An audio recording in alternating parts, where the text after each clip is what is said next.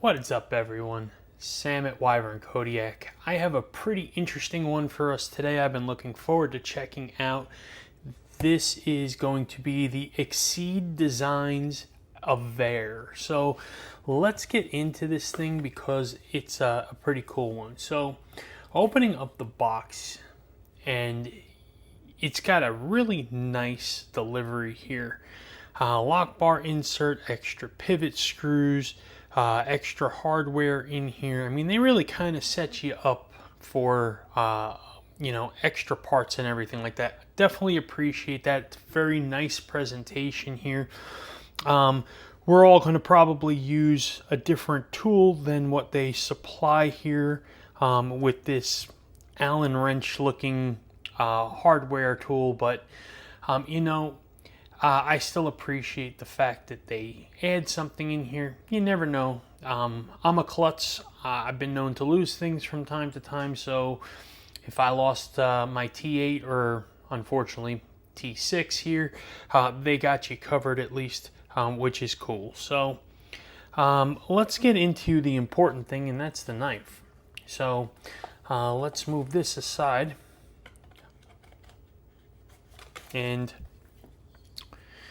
so here we have this this beautiful, very clean, minimalistic knife, and it's got some beautiful diagonal milling on it, knockdown edges on the scales here, which is great. You've got a lanyard loop with a titanium pocket clip, which is reversible. T6 screw on the pocket clip, and then T8s on the rest of the body screws. Oh man, I don't know. They should have just went with a T8 there. Now that's just silly. Deep carry pocket clip on here, which it's a little stiff, but I think it's going to work good. It's flipper only. No jimping on the flipper. So that's disappointing as well. But the look of this, very, very clean. Love how this knife just tucks in. Really, really sharp looking, classy looking. It's I like that. So let's open this up. And there you have your M390 blade. Compound grind. Got a flat grind here. Really nice swedge on this. Not a lot of billboarding here. Avair on there, and nothing on the other side. I can see the detent track there. So that is something to be aware of, that you're going to have to be concerned with a little bit, is to keep that clean, because that's gonna collect some crap while you use this knife. Frame lock, as you can see, lock bar relief cut is on the inside here. I like seeing that. Very, very nice. So let's talk about the specs on this knife. We're looking at 7.35 inches overall. Comes in with a 3 1/4 inch blade, and it weighs just 3 ounces. And if you look inside here, it's probably easier to see it here. There we go. You can see the milling on the inside to knock down some of that weight. So very, very nice and light knife, which I love and appreciate. Let's do some size comparisons real quick. We'll use some of our usual suspects. We're going to go with the Demko AD 20.5, and we'll look at the Demko Shark Cub. And you can see here that we're looking at about 80 20.5 size. It is almost exactly the same size there. So good sized knife, not huge. And then we'll look at a Benchmade Bug Out next to it. And we're going to look at a Kaiser Drop Bear next to it. And it is just a smidge bigger, 1/8 of an inch maybe bigger than the Benchmade, and a little bit bigger than that over the Kaiser Drop Bear. So again, it's a full-size knife. It's a good size knife. really nice EDC size, not huge, not small, kind of right in that sweet spot.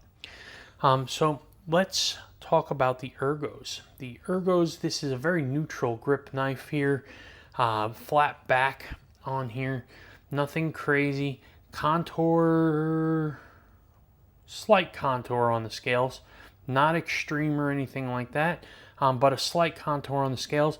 And then if you look all around the edges here on the chamfering, the milling continues on there, which is really, really cool touch. It's a small detail, but it's a really nice detail on here.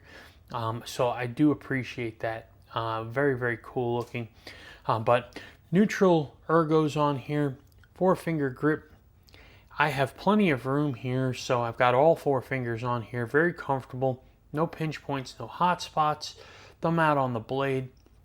I do not have any jimping beyond this point, so if I choke back a little bit, I can do that. But when I am here and my thumb is way out there, I'm out of jimping. So you know what I'll say about that, and we'll just leave it there for now. But other than that, very, very comfortable. Not really any other grip to be had here. There's no trigger pull grip here or anything. Choils up here.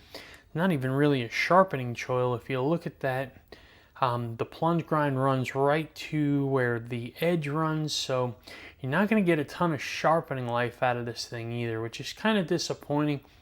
But it does have, well, hold on, let me double check real quick. I'd hate to misspeak. Yeah, it has an internal stop pin, so you can cut yourself a larger choil here and get yourself a little bit out of that. But I mean, if it just came with that from the factory, that'd be great. But again, for those of you that aren't crazy, aren't going to hard use, that are probably going to spend its life getting stropped back, it's probably not going to be the biggest ordeal. But if you're a person that's going to hard use the knife, you're going to run out of life on this blade pretty quick. Based on this choil right here, unfortunately. So anyway, the ergos though are very, very comfortable. Let's talk about the action. It is on bearings, and we'll go through some of the options here. I do not know if this one is on skiffs or not, but they actually offer it for $20. They will put the skiffs in your knife. Right? It's not like it's $20, you get the skiffs and they'll put it in the knife. So it's, you don't have to take the thing apart. It's just going to come like that. So let's check it out. Down a couple shakes. Flipper tab works good. Yeah, I mean, really, really nice action on this knife. Drops to the finger, shake closed, and yeah, it's smooth too. Very, very smooth. It's you can feel this is a pretty refined knife right here. So very, very comfortable. Flipper tab works great. I do wish that there was some jimping on that flipper tab, as I had pointed out before. It is, you know, rounded edges and smooth and everything like that. Not a single jimp on that thing. And you know, it's not bothering me now, but I don't have greasy, oily, sweaty hands, whatever, that I've been working with. So in that situation, I don't know how this is going to play out, but I wish that they had some jimps on the flipper tab. That would be nice. This, by the way, is PVD coating, not DLC, not paint, but PVD coating. For those of you that are going to ask, that is the answer. Now, one of the other things that's really cool about this, and I mentioned before, right, it is a minimalist design, so you see no real visible hardware on the show side. Now you can see these off-colored boxes, right, and they're captive pivots or captive caps to the screws on the opposite side. So they keep it very clean on the show side, which is really, really cool. They continue the milling through. Beautiful touch. I think it's a very classy look. I think it's a timeless look. I appreciate that. I dig it. I really do. I truly do dig the look on that a lot. One of the other things I've learned is that the parts on these are manufactured in China, but they're brought over to the US and then assembled here in the US and finished in the US. So it's not US made, definitely US assembled, and definitely partially finished in the US as far as, I'm not sure if they do some of the other finite details. I don't know if the PVD coating happens here and things like that. But for those of you, if that matters, just want to give you a little bit of information here on that. So very, very cool on here. So that's what I got for you, folks. Oh, well, you know what? We should probably check the pocket clip. How dare I almost miss an important step here in my process, right? Let's check that pocket clip real quick here for us. For those of you new to the channel, these are medium thickness jeans. I'm going to take the knife, put it in the pocket, see how easy the knife slides into the pocket, how well this clip has retention on it, how easy it slides out of the pocket, and any long-term damage or fraying it does to the edges and seams of the pocket. So we're going to put this in position here, and we're going to go a little bit of pressure. It slides right over the top. Beautiful, deep, deep carry. So can't really see the knife very much, just the top of the clip here. Very, very nicely hidden. If that's something that is a big deal for you, this one's got it for you. Good clip, by the way. Good retention on this thing. Not going anywhere. It's going to be secure in your pocket. Then sliding it out, just as easy as sliding it in. No issues. Would not worry about it. Very, very good clip here. It's almost like a bent pocket clip style, but it is milled titanium. So very, very nice on this. I really do dig that a lot, and it works fantastic. And again, I did say before, it is reversible. Even though the angle right here will be upside down on the other side, not really going to affect anything on that. So if you wanted some lefty love, they're not going to obviously have the lock bar over there, but at least you can get your pocket clip flipped around so that you can put it in the pocket that you want it to be in. So there you have it. So that's what I got for you on this one from my perspective today. Is there things I don't like? Yeah, I think I've touched on everything on here.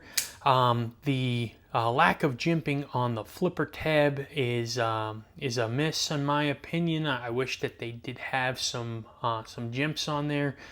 I do think that the sharpening choil here should have been cut in because it minimalizes the life on the knife. Good golly.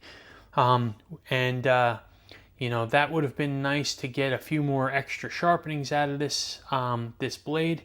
And then exposed detent, come on, focus.